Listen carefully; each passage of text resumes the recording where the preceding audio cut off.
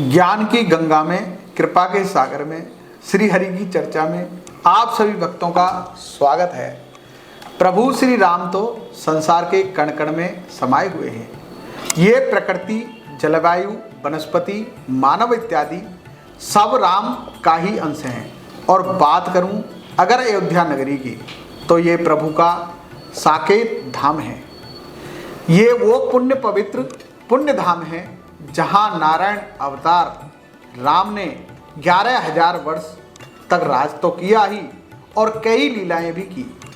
और यही लीलाएं रामायण इत्यादि ग्रंथों में लिखी गई हैं, जो मनुष्यों के जीवन जीने का एक हिस्सा भी बनी है।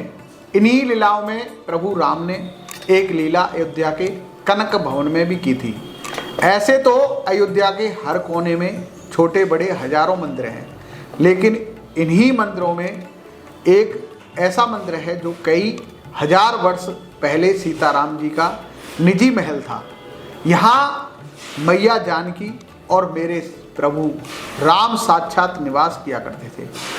उस समय की एक छोटी सी लीला बताता हूँ। त्रेता में जब मिथिला नगर के राजा जनक के महल में मैया जानकी का स्वयंवर हुआ और जनक नंदिनी ने मर्यादा पुरुषोत्तम श्री राम को वरमाला पहनाई, उसी दिन श्री राम सोचने लगे कि देवी सीता जब अयोध्या आएंगी तो उनके लिए उन्हीं के सुंदर स्वरूप की भांति एक सुंदर और दिव्य महल होना चाहिए। उधर राम ये बात मन में सोच ही रही थे। उसी रात राजा दशरथ की रानी और राम जी की माता कैकेयी को सपने में साकेत धाम यानी अयोध्या में एक सुंदर महल दिखाई दिया। सुबह होते ही सपने की सारी घटना कैकेयी ने महाराजा दशरथ को बताई। राजा दशरथ ने संत महंतों ऋषि मुनियों को बुलाया और विचार विमर्श किया। कैकेयी के सपन को संतों ऋषियों ने भगवान का आदेश बताया तो महाराज दशरथ ने देवताओं के शिल्पकार विश्वकर्मा से एक सुंदर भवन बनाने की प्रार्थना की। भगवान का कार्य पाते ही विश्वकर्मा फूले नहीं समाये। हम भी प्रभु की लीला का एक ही हिस्सा बनेंगे। उन्होंने एक स्वर्ण जड़ित अद्भुत भवन का निर्माण कर दिया और उसमें कई दिव्य मणियाँ, नाना प्रकार के रत्न और भांति भांति के मोती लगवा दिए। ऐसा सुंदर भवन बना दिया कि जो भी उस महल को देखे वो देखता ही रह जाए।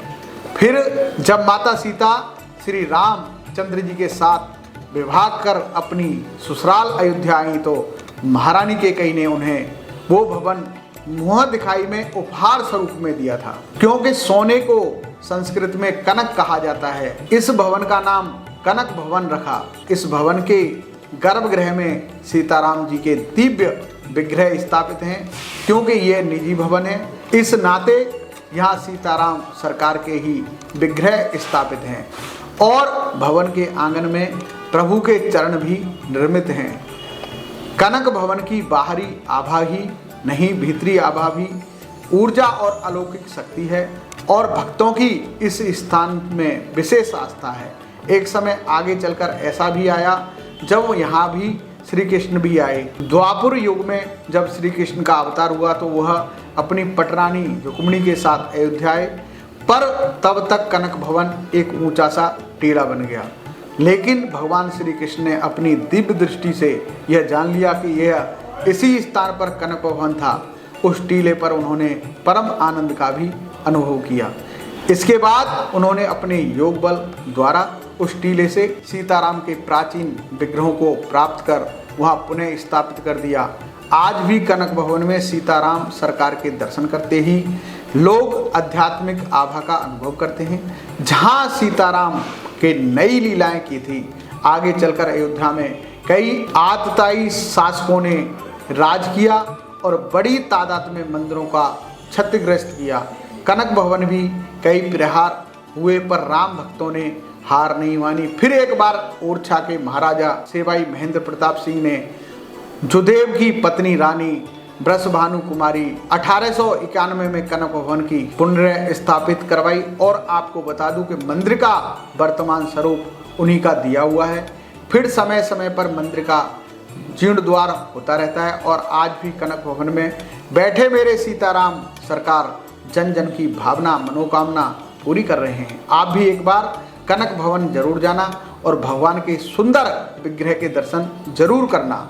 श्री सीताराम सरकार आप पर कृपा करें, बालाजी महाराज मंगल करें, दुख दूर करें। जय श्री बालाजी, जय श्री बालाजी, जय श्री बालाजी।